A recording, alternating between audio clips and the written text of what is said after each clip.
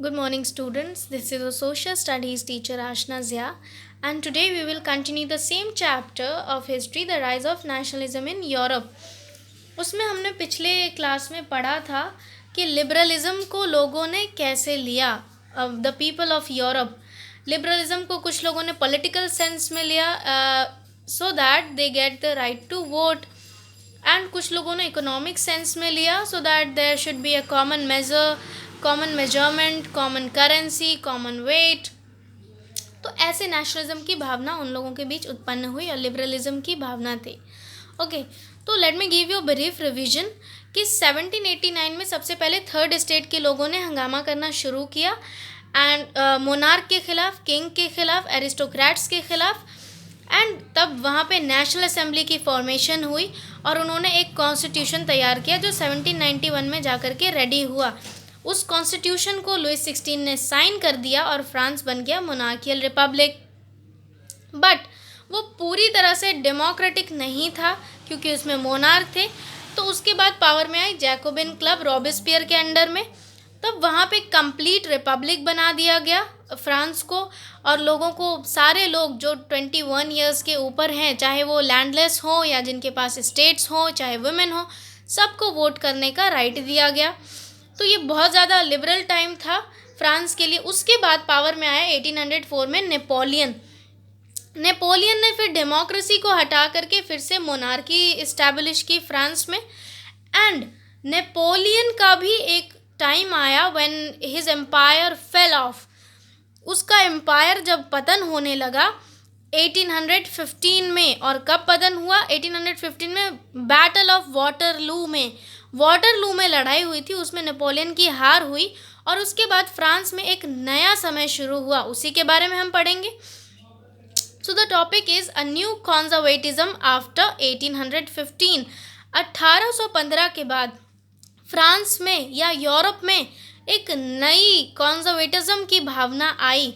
मैं फ्रांस और यूरोप इसलिए बोल रही हूँ क्योंकि नेपोलियन ने बहुत सारे पार्ट्स कनकेयर कर लिए थे, इन्वेड किए थे. फ्रांस का तो वो रूलर था ही, but along with that he conquered Belgium, Italy, Germany, Netherland, a lot of place in a lot of countries in Europe.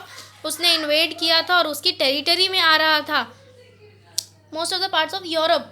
So Europe में एक कॉन्जर्वेटिज्म की भावना आ गई उसके फॉल के बाद.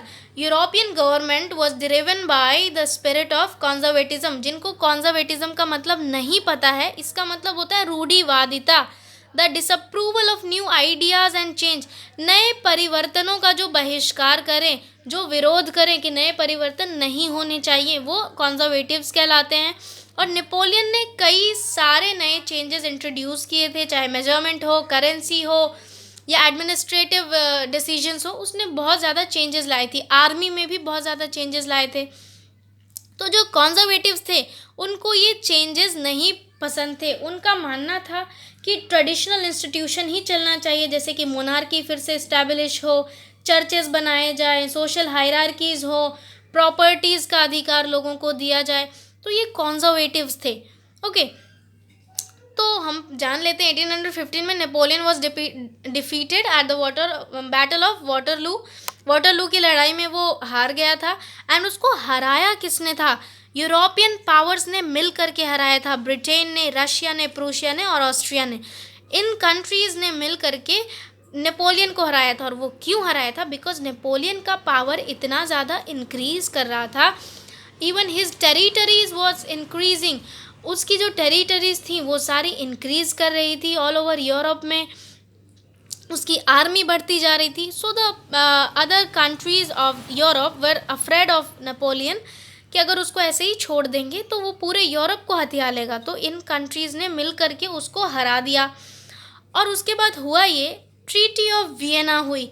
वियना, फर्स्ट ऑफ ऑल आपको पता होना चाहिए, Vienna is the capital of Austria. Austria की राजधानी ही है वियना. और वहाँ पे 1815 में ये सारी कंट्रीज़ मिली आपस में. द यूरोपियन पावर्स जैसे कि Britain, Russia, Prussia and Austria, they met at Vienna to draw settlement for Europe. Europe में अब कैसे शासन किया जाए उसका सेटलमेंट करने के लिए ये आपस में मिली. And it was hosted by the Austrian chancellor Duke Metternich. Austria के जो चांसलर थे ड्यूक मैटरनिक, उन्होंने इसको होस्ट किया था और सारे ये ब्रिटेन, रशिया और प्रूशिया के रूलर्स वहाँ पर आए थे।